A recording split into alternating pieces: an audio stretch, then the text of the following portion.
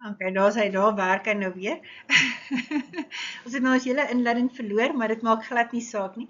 So as ons nou gaan kyk na hierdie teks, He has made everything beautiful. Dis in Prediker, Ecclesiastes is Prediker 3 vers 11. En julle kan gaan kyk in julle woord, maar ek wil nie hê julle moet die hele versie lees nie. Kom ons vat hom stukkie vir stukkie en ons maak seker julle verstaan wat ek glo God wil hê ons moet weet. As ons gaan kyk in die Nuwe Lewende Vertaling, dan staan daar presies dit wat daar staan. Hy het alles mooi gemaak. Maar weet julle, mooi is glad nie 'n goeie vertaling nie. As jy gaan kyk na wat die Hebreëse woord mooi beteken, die Hebreëse woord wat hier gebruik word, beteken appropriate, fitting, well arranged, right, proper, appropriate and good. Daar is niks van mooi in die Hebreëse woord wat hier gebruik word nie. Die Hebreëse woord praat net van appropriate, fitting, well arranged. Nou as jy hierdie versie lees en jy sê, hy het alles appropriate gemaak, hy het alles fitting gemaak, hy het alles well arranged gemaak, hy het alles right, proper, appropriate en good gemaak, dan maak dit vir my baie meer sin as hy het alles mooi gemaak. En ek het hier geskryf dat dit gaan eintlik nie net oor die feit dat God goed mooi gemaak het nie. Dit gaan hier oor God se perfekte tyd en God se perfekte doel met alles wat hy gemaak het. En dit gee vir my 'n hele ander prentjie as ek na hierdie teks kyk. Ek weet nie vir julle nie. As jy mooi gemaak het aan die mens 'n visie gegee van die ewigheid. Ja, wag, ons gaan nou daarby uitkom. Ek sê nou net my nie verder lees nie. Is dit dieselfde woord wat hy gebruik het in die skepping elke keer en hy het gesien dat alles goed is? Nee, dis nie dieselfde nie. Nee, dis nie dieselfde nie. Ons gaan nou daarby uitkom. Dis wat ek sê, moet nog nie daarby uitkom nie. Ons is nou nog daar. Nou, as jy gaan kyk na hierdie woord mooi. Nou, ek het al voorheen vir julle geleer dat as ons kyk na Hebreëse woorde, dan is Hebreëse woorde saamgestel uit verskillende Hebreëse letters. En elke een van hierdie Hebreëse letters beteken iets. En as jy hierdie betekenisse bymekaar sit van die letters wat saam 'n woord maak, dan beskryf hy vir jou die woord in detail. En so gaan dit reg deur die Bybel. So dit is baie belangrik as jy 'n woord nie mooi verstaan nie, om te gaan kyk deur watter Hebreëse letters is daai woord opgemaak, want dan verduidelik hy dit beter. Nou die woord Jepa wat hier gebruik word vir mooi, dit is die woord wat hier gebruik word uit 3 letters saamgestel. Die Jod, die Vy en die Hy. Dit is die 3 letters. Nou, ek weet nie wie van julle verstaan die Hebreëus goed genoeg dat julle verstaan wat dit beteken nie, maar ek gaan dit gou met julle deel van. Dit was vir my amazing toe ek nou verder gaan kyk. Onthou nou, ons praat nou hier van 'n woord wat vertaal word met mooi of beautiful, maar dit gaan eintlik oor die feit dat God dit so georkestreer het dat dit in 'n perfekte harmonie is vir sy doel. As ek dit amper maklik vertaal. Nou as ons gaan kyk, die eerste woord, die Jod. Nou dis interessant, die Jod gaan oor die feit dat jy jou prioriteite reg het. So, wat is my prioriteit? As ons gaan kyk na Micha 6 vers 8, dan sê die Bybel vir my, dat God het vir ons gewys wat ons prioriteite moet wees. En as julle gaan lees, ek wil julle moet gou 'n bietjie oopmaak julle Bybels. Kyk wat sê Micha 6 vers 8. En ek was so opgewonde toe ek hierdie goed raak gesien het, so ek hoop julle gaan dit saam met my geniet. Wie wil vir ons lees wat sê Micha 6 vers 8?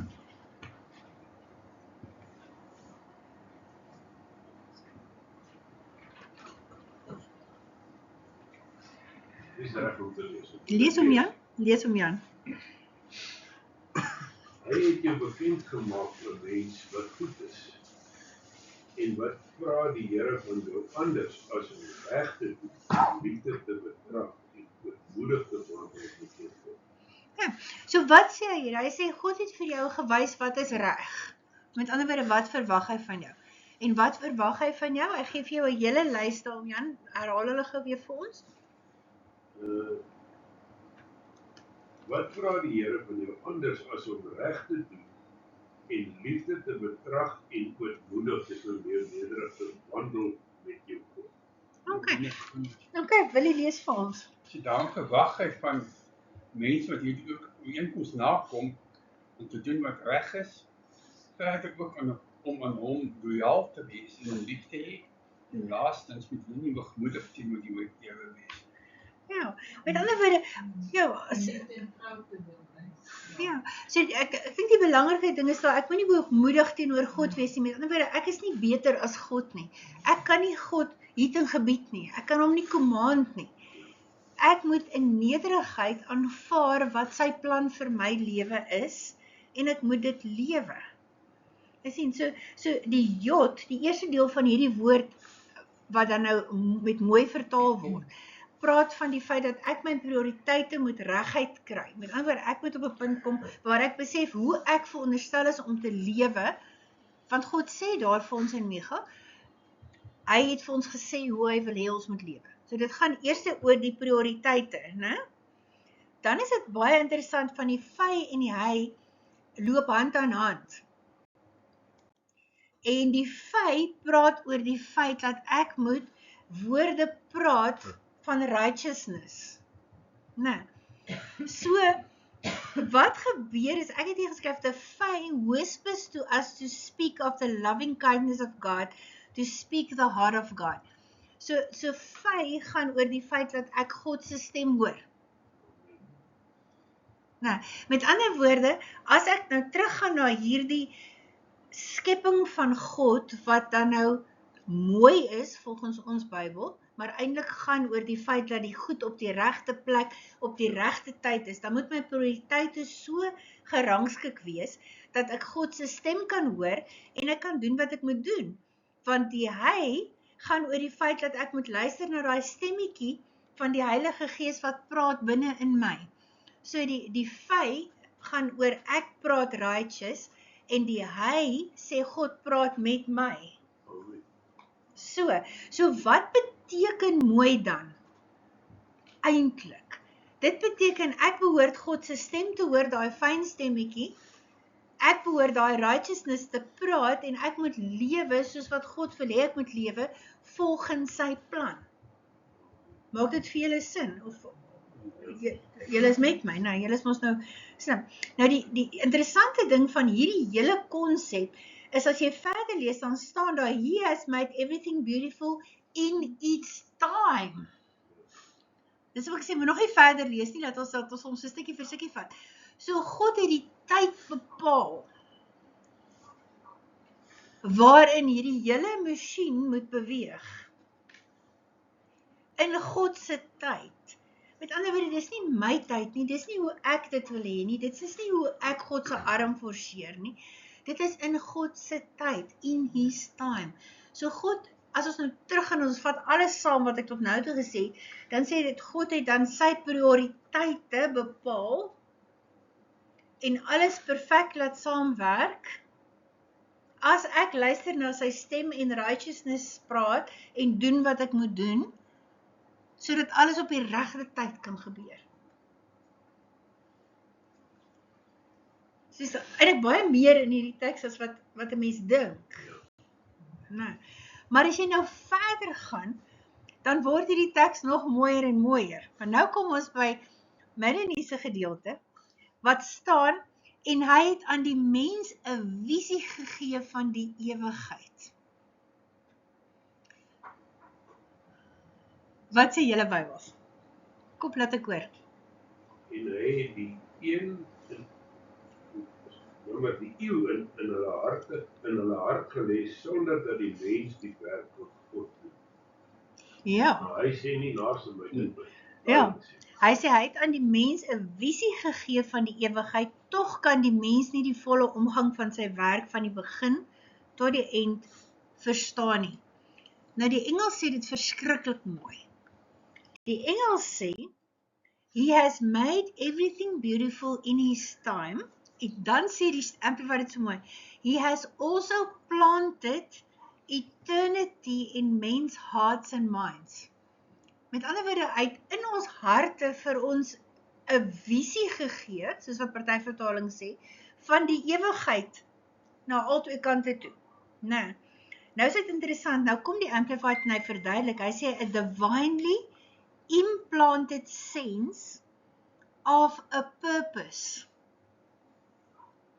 Working through the ages to come to you. Ja, working through the ages which nothing under the sun but God alone can satisfy.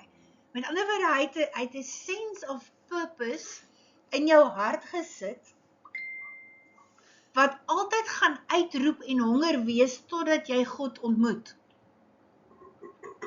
Want die Bybel sê, net God kan dit tevrede maak. Net God kan dit satisfy. Yet so that men cannot find out what God has done from the beginning to the end.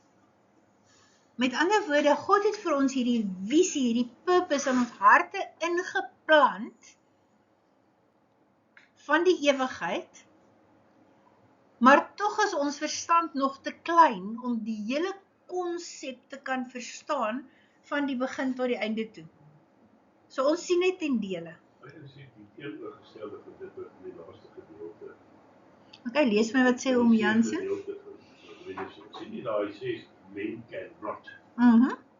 Kyk nou wat sê hierdie en hy sê, dat die mens die werk wat God doen, van begin tot eind, kan uitvoer. Daai ene sê cannot.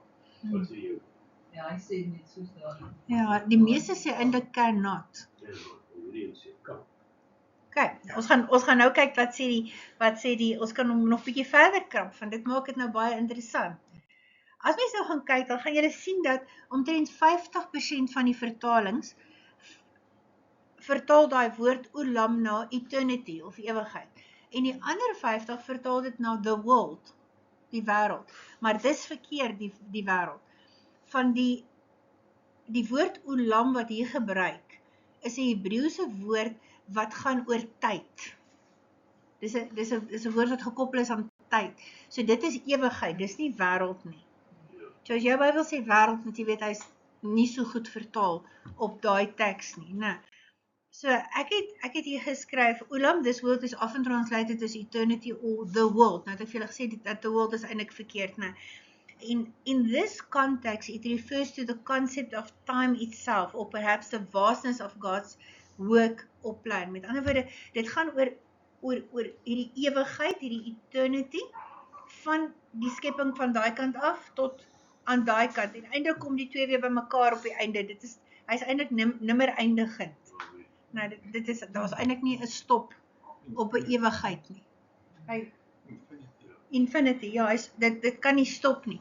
Maar van daai kant tot daai kant, is ons brein te klein om alles te verstaan. So ons verstaan dit wat God in ons harte ingeplant het, maar dit is deel van 'n purpose. Dan elkeen van ons het iets anders van die ewigheid in ons hart ingeplant. Maak dit vir julle sin? Want ons het nie almal presies dieselfde purpose nie. Ons het baie dieselfde purpose, maar ons het nie almal presies dieselfde purpose nie. So daar's 'n yearning, 'n honger in jou hart om meer te verstaan en nader aan God te kom. En ek ervaar dat hoe nader jy aan God kom, hoe meer van die ewigheid openbaar hy vir jou. Verstaan jy? Vir my baie interessant, as jy gaan kyk in die Bybel, dat die twee mense wat die naaste aan Jesus was, of die naaste aan God was, is die twee wat die grootste openbaringe gekry het. As jy gaan kyk na Daniel, dan sê die Bybel, dan kom die engel en hy sê vir Daniel, God is lief vir jou. Maar Daniel kry die openbaring wat ons alles in wat ons lees. En Johannes was die een wat die liefste was vir Jesus. Hy was die man waarvoor Jesus baie lief was. En hy kry al die openbaringe van openbaring. Ja, jy kry Dawid, wat 'n man na in God se hart is, en kyk wat sy openbaringe kry hy. Verstaan? So, hoe nader jy aan God beweeg, hoe meer openbaar hy vir jou. So as jy voel op hierdie stadium, jy hoor nie wat God vir jou sê nie, moet jy weet, jy is nie naby genoeg nie. Of, jy's die lawaai van die wêreld maak God se stem so sag dat jy hom nie kan hoor nie. En die ding is, ek dink ek wil net 'n regstelling maak. Dawid, jy moet onthou, ons kyk in Psalms, na wat hy profeteer oor in die Nuwe Testament. Maar jy moet gaan kyk al die goed wat hy profeteer oor die Jood. Dit mis ons meeste van die geval. Ek het nou nog nooit 'n studie daarvoor gemaak. Ek kyk net altyd so vinnig daarna. Ek het dit nou nog nooit van 'n studie maak nie. Maar dit gaan nie net daaroor dat Dawid geprofeteer het oor dit wat in die Nuwe Testament. Jy moet gaan kyk wat het hy geprofeteer oor die Joodse volk. Ja, dit is wat die fenomenaliteit van dit is. Nou oké, kom ons gaan so 'n stukkie verder aan. Ek het hier gesê, it does not give sense to the biblical phrase, so no man can find out the work that God made from the beginning to the end. So dit klink vreemd. Maar as ons gaan kyk, en ek wil vir julle lees hier, hy sê, yet the Hebrew is so ambiguous here that I find the most appropriate rendering to be, he has placed eternity in their hearts, and yet they still cannot fathom what God has done from the beginning to the end. Verstaan, dis nie dat dit onmoontlik is om te verstaan wat God gedoen het nie. Dis net dat dit meer is as wat ons verstand kan begryp. Verstaan, dit is net elke dag is daar meer en meer goed. So ons kan dit nie comprehend, die grootheid van alles wat God gedoen het nie. Nou, so die belangrike ding wat hier is, as jy dit nou mooi vertaal, en ek het hier gaan kyk na 'n ou Chaim Ben Torah, hy is nogal baie groot op Hebreëus, en hy sê, as hy dit goed vertaal, sal daar eintlik staan, he has made everything beautiful in its appointed season. Askie? Die paslike seisoen. Ja. So 'n sekere ding is mooi vandag, en hy werk, en dis soos 'n masjien wat hardloop, maar as hierdie selfde ding 'n paar jaar vorentoe of agtertoe gevat word, dan sou dit nie gewerk het. Ja. So ons moet versigtig wees dat ons nie God se seisoen verkeerd wil trek met ons wil in die lewe nie. Die voorafgaande verse in hierdie hoofstuk is mos daar's 'n tyd vir dit en Ja. tyd vir al daai, en ek dink hierdie vat hom nou saam. Ja, So jy ja. behalwe in jou kop aan. Ja, ek dink dit is belangrik, ja. So maar ons is geneig om dit te vergeet. Ons wil baie keer, ons is soos 'n stout kind wat 'n tantrum in 'n winkel gooi. Ons wil nou daai speelding hê, ongeag of dit nou die tyd vir die speelding is. Nee, okay.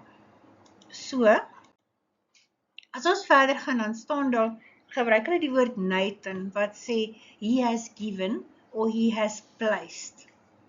Dis die Hebreëus. So, alhoewel daar staan, he has made, sê die Hebreëus eintlik, he has given, or he has placed.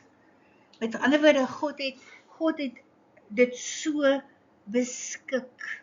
Hy gee dit vir jou op die regte tyd, op die regte plek. En ek weet nie, ouens, dit het my half begeester toe ek hierdie teks begin bestudeer, om te besef dat ons weet dit, maar dit is asof ons dit vergeet. Ons wil dinge so half op ons manier hê. Nou, as jy gaan lees, dan staan daar nou in die Amplified, hy sê, he has made everything beautiful in its time. He also has planted eternity in men's hearts and minds. Met ander woorde, hy het dit in die hart en in die mind gesit. Met ander woorde, dit is nie net hier nie, dit is ook hier dat ons dit kan verstaan. Dit is nie net 'n wete nie, dit is ook 'n verstaan. Verstaan, dit is meer as net dit. Nou, as jy gaan kyk hier, ek het hier gaan kyk na die woorde, so ek wil nie te veel tyd op dit spandeer nie. Maar ek dink die belangrike vir my is hierdie gedeelte van die tyd. Ek het afgesluit om te sê, it is very simple. We really have no idea what God is doing. We think we know how justice and mercy work. And then life comes apart and we're left with no explanation of what has happened. It might be something horrific, like the Holocaust, or it might be something personal, soos 'n motorongeluk of iets. Ons kom partymal in ons lewe by plekke wat ons sê, Here, ek verstaan nie, ek weet nie wat nou gebeur het nie. Ek weet nie hoekom hierdie ding oor my pad langs gekom het nie. Ek verstaan dit nie. En dan wil ek amper vir julle sê, so what? Jy het nie nodig om dit te verstaan nie. Nou, ons moenie by God gaan huil en sê, Here, maar hoekom dit of hoekom dit of hoekom dit nie. God sê nêrens, ons gaan alles verstaan nie. God sê, hy gaan die ewigheid in jou hart insit en jy moet daarmee lewe. Ek het aan op met. Ja, ons moet ook wel sê, hoekom gebeur dit met my? Ja. Hou op met daai storie. Ja. Wat is die doel daar? My vertaling sê twee dat die mense iets laat verstaan van hoe sy soort tyd werk. Want die mense kon niks daarvan verstaan nie. Absoluut niks. En dan skryf jy die volgende vers. Twee dat ek besef. Al wat die mens maar moet doen is om gelukkig te wees en die lewe te geniet. Die vraag is Ja. dat ook God sien die breë prentjie, soos 'n puzzle. Ons Hy kan die nie boks met die onder- prentjie op. Jy sit hier met die stukkies. Jy Ja. wil nie uitwerk vir nie, daai prentjies. ons vingers is in die rat. En ons raak so stout kinders wat tantrums gooi. Ja. Ja. Nou, Sê, Here, ek sien nie hierdie stuk nie, waar moet hierdie stuk inpas? God sê, wees rustig, in die regte tyd, op die regte plek is my engine in plek. Jy hoef dit nie te verstaan nie. Nou, ek het hier geskryf, there just doesn't seem to be rhyme and reason to a lot of life's experiences, especially when we believe in the benevolent and caring God. Nee, baie keer soos, ons dien 'n liefdevolle God. Hoe kan hierdie kind doodgaan? Of ons dien 'n liefdevolle God, kyk na hierdie ongeluk in hierdie pad. Ons dien 'n liefdevolle God. Wat van die Holocaust? Hoe kon hy toelaat dat al hierdie mense doodgaan? Nee. Maar die oomblik as ons die vraag hoekom vra, dan maak ons die lewe so gekompliseerd dat ons moedeloos en depressief raak. Hoor my hart vandag, en ek wil dit baie hard sê, dat julle dit baie duidelik hoor. As jy moedeloos en depressief is, kan ek vir jou sê, as jy teruggaan in die verlede, gaan jy 'n vraag kry van hoekom? Hoekom gebeur dit met my? Hoekom het dit gebeur? Hoekom dit? Hoekom God is dan nou so? Nee, God het nie nodig om aan ons te verduidelik nie. En hoe vinniger jy op 'n plek kom, waar jy dit aanvaar, hoe vinniger gaan dit met jou goed gaan. Eintlik moet ons onthou, dat Paulus sê, ek leef nie meer nie, maar Christus leef in my. En ons ken almal daai teks, maar ouens, ons is so vinnig. Hoekom het iemand aan my? Hoe kan daai altyd van my sê? Jy's dood, Christus leef in jou, wat is die storie? Kry die ego in die pad. Ja, Kry die ego in die pad. dis die ding. Wat tussen jou en God. Jou trots, jou ego, is die ding wat maak, dat jy nie God se stem hoor nie, en dat jy depressief raak, en dat jy moedeloos raak, en dat jy opstandig raak, en dat jy nie vergenoegd is nie. Nee, dit is verby. Jy moet verby dit kom. Nou het ek geskryf, we need to remember that wisdom that originates from human intellect and tradition takes second rank to God's will. Is dit nie so nou, Jan? Ja, lag, dit is waar. Menslike wysheid, hierdie redenasies in jou kop, hierdie somme wat jy doen. Kyk ouens, ek wil vir julle sê, en wie sal my vergewe as ek dit sê vandag, nou. Toe ons nou sit en ons beplan hierdie vakansie van ons, toe sê ons het nie eintlik geld om op vakansie te gaan nie. En toe kom God, en hy gee vir ons die geld dat ons kan gaan. Verstaan? So ek dink 'n mens moet besef dat God werk nie met jou planne nie. Okay. Ons maak planne, ons maak somme, ons sê okay, ons gaan dit en ons gaan dit so doen en ons gaan nou gaan ons op vakansie. Nou, God sê, weet julle wat? Ek gee sommer vir julle genoeg geld om op vakansie te gaan, moenie worry nie. Jy hoef nie planne te maak nie. Julle hoor wat ek sê. Nou maak ons planne en hoe gaan ons dit en hoe gaan ons dit en hoe gaan ons dit inpas? Nee, God sê los daai tyd wat jy probeer menslike wysheidplanne maak. Spandeer dit om my te aanbid. Spandeer dit om nader aan my te kom. En dan sal ek vir jou voorsien. Ek bedoel, ouma sal my vergewe, dit het met ouma ook gebeur. Elke maand budget ons mooi, en skielik kom God en geef ons 'n klomp geld vir ouma wat ons nie geweet het wat van elders af sal kom nie. Nou hoef ons nie meer so te budget elke maand. Asemhaal. Verstaan julle? Ek dink 'n mens moet by 'n punt kom waar jy sê, Here, ek aanvaar. U plan vir my lewe is beautiful. En dan weet ons nou beautiful beteken, dit is in plek, dit is in tyd, dit is georkestreer deur die skepper van alles.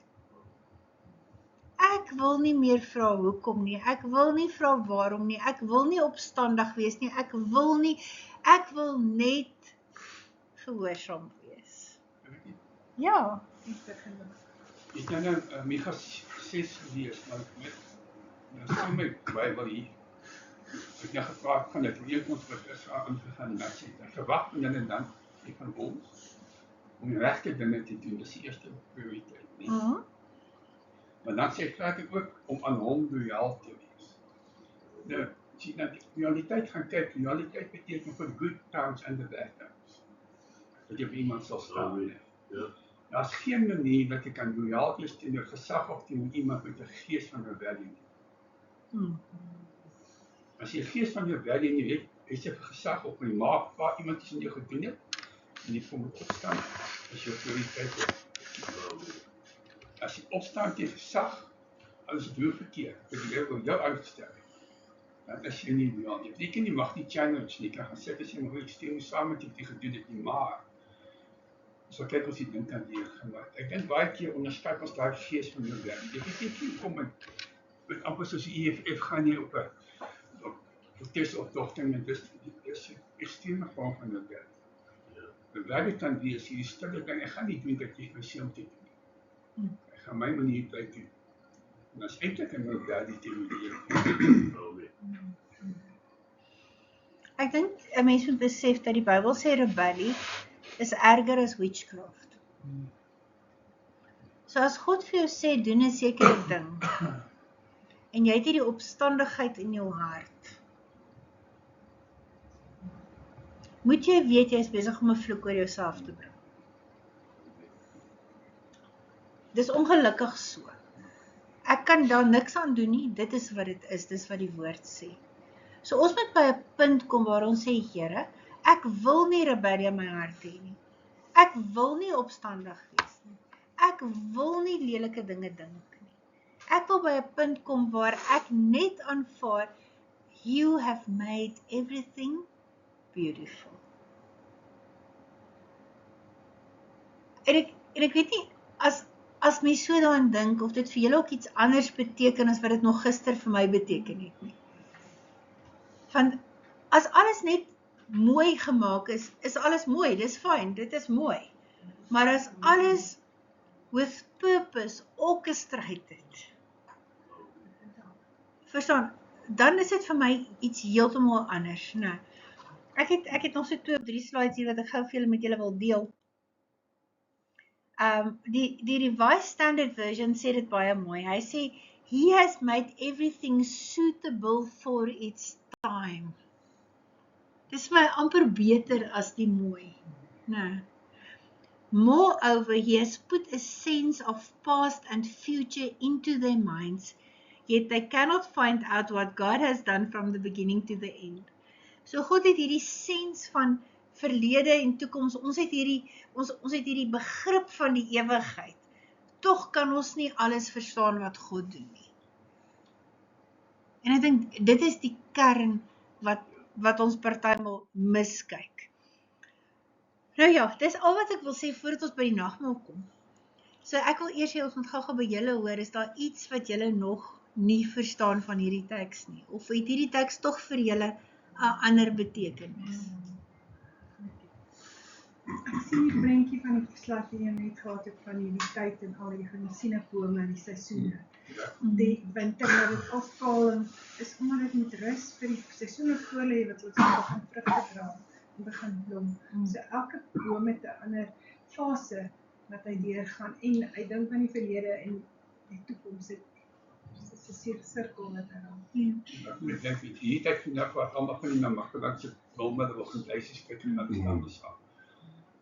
Maar as mooi daarby is, want ek gee kleur in daai dorre weg, ons het daar deurgery in die somer, dit is die klippe Ja. en dat vlak tussen ding, maar kan nie vir jouself indink, as jy Namakwalandse blomme bestroomse vir die mond was. Daar in die groenigheid en die mooiste deel van die land, in die tuin, as dit nie so mooi gewees het. Maar as jy kleur in die dorre weg, dan is dit toepaslik, dit is goed georganiseerd en dit is nie mooi. Dis nie nou sê, op die regte tyd, op die regte plek. Ek dink ons moet besef dat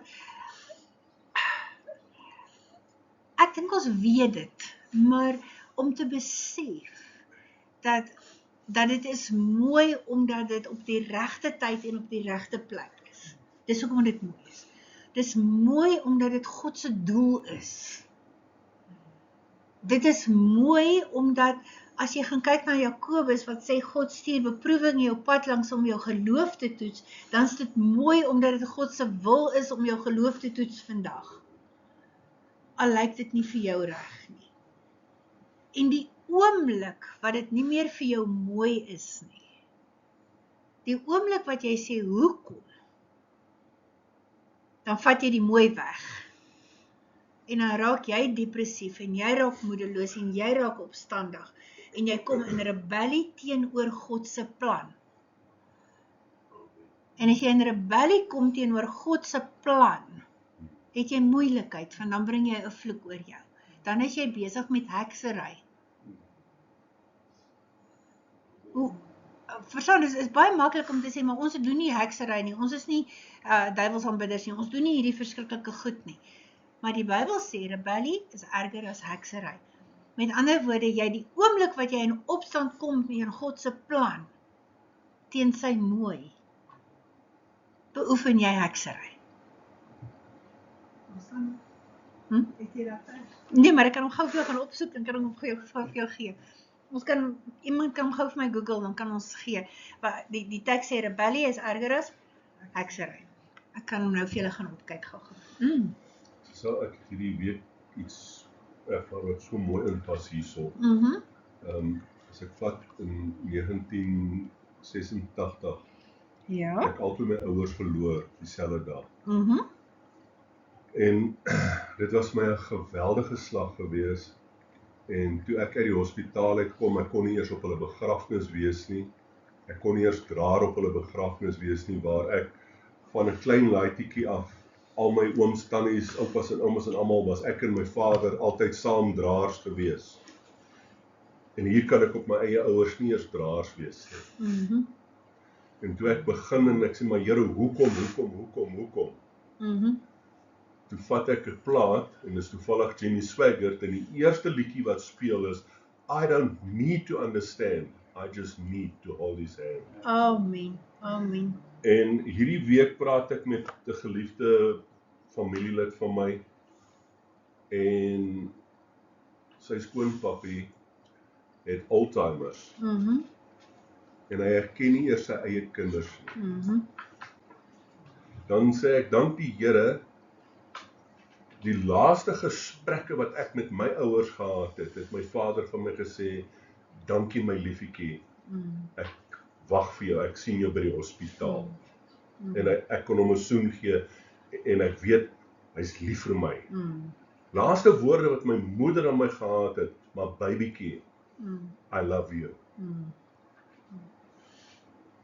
En hierso sit hierdie, hulle kom by hulle ouers en hulle ouers sê, wie sê ek ken jou nie. Hoe verskriklik moet dit wees? Ja. Dan sê ek, dankie Here, ek het my ouers in 'n dag verloor, maar tot die laaste gesprek, weet ek, het hulle my geken, en kon ek vir hulle liefde gee, en kon hulle vir my liefde gee. Hoe verskriklik is hierdie, om nou 'n familielid te hê, wat Alzheimer's het, en nie as hulle eie kinders, hulle eie geliefdes ken. Ja. Lydia, 1 Samuel 15:23. For rebellion is as the sin of witchcraft, and stubbornness is as iniquity and idolatry. Afgoderry. Okay, Ja. so, ja, julle kan, julle is meer as welkom. Okay, en die laaste wat 2 weke terug het Chanay sy moes nou baie siek met varkgriep en ek sê toe vir haar, weet jy my kind, jy moet rus kry, bedrus, want sy het nou hierdie mense wat vir haar werk en ek sê vir haar, maar hoorie, sit hulle af vir 2-3 dae, sy het toe een Vrydag vir hulle gesê, hulle moet nie inkom nie, dat sy die naweek kan rus, beter gevoel, maar nog sleg en so sy het sy hulle weer iewers verlede naweek ook gesê, luister, ons gaan dit inwerk, maar sodat sy kan rus. Want dit het mal gegaan, en baie nagte het sy deurgewerk en so aan, en skielik, ek het so duidelik gesien, dis God se manier om vir haar tot ruste te bring, want sy het haar kers al 2 kante gebrand en in die middel. So skielik, toe sy nou klaar met al die werk en die dekkans en al die goed wat moet klaar, en vir 2 dae is daar niks werk, daar is die nuwe orders wat inkom en daar is niks nie, en sy begin benoud raak, ek sê, jy, die Here weet jy het rus nodig, en hierdie was nog nie genoeg, en ja, mama, maar onthou, ek het nou die werkers 2 keer 2 dae af, en ek moet hulle betaal, ek sê, ja, maar jy het nie 'n krisis nie, daar is geld, dit gaan eintlik goed, rus, en weet, dit is sy manier om vir jou te laat uitrus, want die volgende kom. Jy moet hom vertrou vir dit. Sy sê, ja, sy glo, maar hoekom? Eerste keer in 5 jaar is daar niemand wat sê, hoorie, ek wil hierdie werk. En, wat sy toe nou doen, sy besluit, okay, toe hulle nou inkom met daar, sy moet nou vir hulle werk uitdink, want daar is nie nuwe orders nie. En 'n paar jaar terug, toe sy begin het 'n vrou ons aangeloop met amper R70,000, dat sy 'n klomp werk vir KWV gedoen het, en hierdie vrou het al die geld Chanay het gesip ongeveer vir haar en toe die geld uitbetaal, toe vat sy alles en Chanay moes al die velle en goed uit haar sak en sy het hierdie lost en sy het hierdie vrou vrygespreek en toe het alles net begin in plek van en van daar af werk sy doen nie werk vir mense as hulle nie 'n deposito inbetaal het nie wat reg is, sy het toe nou daar les geleer en nou is daar geen nuwe orders, geen deposito niks nie, so sy dink toe 'n werk uit vir hierdie mense. En sy kyk daar en sy het 4 groot van hierdie swart kratte vol afkat leer. En sy besluit, hulle moet nou hierdie, soos patchwork, begin sakkies maak. Sommer net sakkies wat sy iewers op 'n mark of iets, net om hulle besig te, want hulle kan, hulle moet werk. En sy begin met dit en sy dink, ag jene, dit gaan dalk nou simpel goedjies wees, maar sy sit hulle aan die werk. En die oggend maak die Here haar wakker met hierdie, iets in haar kop van patchwork. En sy gaan skryf en sy maak 'n bietjie gebruik van AI en so aan en sy skryf die mooiste ding, 2 goed. Een vir 'n sak met patchwork, hoe elke stukkie, want sy wil nie hê mense moet dink dis afkat leer nie. Dit is spesiaal so aan mekaar gesit, elke een het 'n doel en sy gaan skryf die mooiste stuk, sy stuur dit vir my deur en sy skryf ook onderwysersakke, want een vrou het haar ruk terug en kom by die idee, hulle wil nie meer bekers vir onderwysers gee en dit hier soek iets anders en sy skryf iets oor onderwysers op 'n stukkie patchwork, soos hulle die kinders se lewe, maar baie mooi. Ek sê vir haar, hoor hierdie, gaan sulke goeie verkopers op, dit is absoluut in die tyd wat jy nou moes brainstorm, waar daar niks was nie, en dit was die Here se manier, hy wil hê, jy moet, want daai afkats kan nie net daar lê nie, en hy selfe middag bel sy my, sy sê, mama, net na, en sy gaan toe, sy sê, mama het my geleer, hy sê, so gaan moet jy die Bybel vat, en jy moet 'n bietjie gaan sit, en 'n bietjie staar raak ook, en sy gaan sit in haar kamer, terwyl hulle werk, en die Here gee vir haar skrif daar, wat sy, ek dink ek het nou die aand gelees, vir ek weet ook nie, ek sit in die wagtoring en ek wag, ek kyk op my uitkyktoring en ek wag, en die Here se besluit dat en sy sê, hierdie is die antwoord, want iemand sê toe 'n vriendin sê vir haar, Chanay, ons het 'n posie ook vir IT, kom jy nie terug en sê, moet ek nou al hierdie werk los en teruggaan en nie bevestig die Here, nee, op die tyd en alles en ja, los het daar die middag, die begin van haar kliënte haar bel, ons was wag met vakansie, ek sê vir haar, mense stap ook net weg van meeste van hulle het kinders. Ja, hierdie vrou was Wildtuin toe en kom terug en hier kom die bestellings weer in. So ja, prys die Here en sy Dis kon hoe dit hierdie week werk, né? sien daai bietjie rustigheid en wat sy ook moes in al die gejaag net rustig raak en weer begin dink en stil raak. Hy het nie van haar vergeet nie en daar kom ek en sy is uitgerus, so ja, die Here is Ja, getrou. dis eintlik wonderlik. Wil jy lees gou vir ons daar in jou Bybel, 1 Samuel 15. Het jy hom toegemaak, ekskuus. Ek dink nie, dit is belangrik tog dat ons dit moet, ek dink daar's 'n rede hoekom daai teks nou moes opkom, sodat ons net gaan kyk wat sê Willie se Bybel en dan kan ons oorgaan na die nagmaal toe. Het jy hom As gekry? om jou teen die Here te verset en jou eie kop te volg, is net so erg as om na waarsêg of afgodspriester te luister.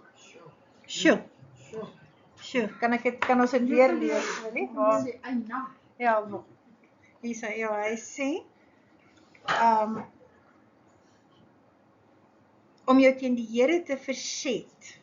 Met ander woorde, as sy plan nie meer vir jou mooi is nie. Né? Jy gaan in rebellie in. Om jou eie kop te volg, is net so erg as om na 'n waarsêer of 'n afgodspriester te luister. So, nou voor daar. Okay, so ouens, ek dink die boodskap wat ek hier uitvat, is God se planne nog vir jou beautiful? 15:23. Is God se planne nog vir jou beautiful? Of het jy by 'n punt gekom wat jy jou verset teen wat God besig is om te doen in jou lewe?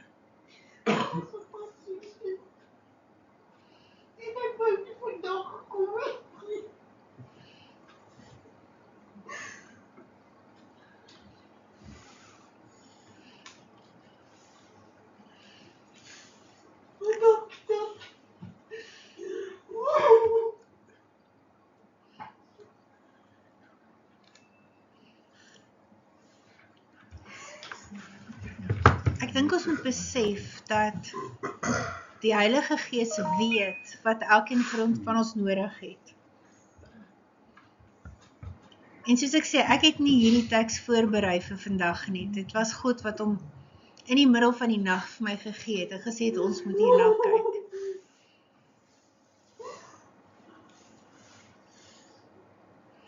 Kom ons bid net voordat ons by die nagmaal kom en ons dank God vir wat hy besig is om tussen ons te doen. Hemelse Here, ons weet vandag dat U altyd in beheer is. Heilige Gees, ons wil U loof dat U in ons harte met ons praat en met ons deel. En ons weet dat U boodskap elke dag nuut is. Daarom bid ek, Heilige Gees, dat U ook vandag die naprediker van vandag se boodskap sal wees. Here, dat U saam met ons sal loop en dat U aan ons sal verduidelik in elke situasie dat U plan beautiful is. Yes, Lord. Dat U plan mooi is, dat alles wat U gemaak het en nog besig is om te maak, mooi is. En dat dit goed is in die regte tyd. Daarom is ons so opgewonde vandag, Here, dat ons die nagmaal saam kan bedien, dat ons vandag weer ons hand kan uitsteek na die brood en na die beker toe, en dat ons kan sê, Here, ons aanvaar die huweliksaanbod wat U vir ons uitgereik het en op die tafel uitgepak het. En sê, Here, ons is opgewonde om te weet dat hoe moeilik dinge rondom ons lyk en hoe verskriklik dit soms vir ons voel. U plan is volmaak.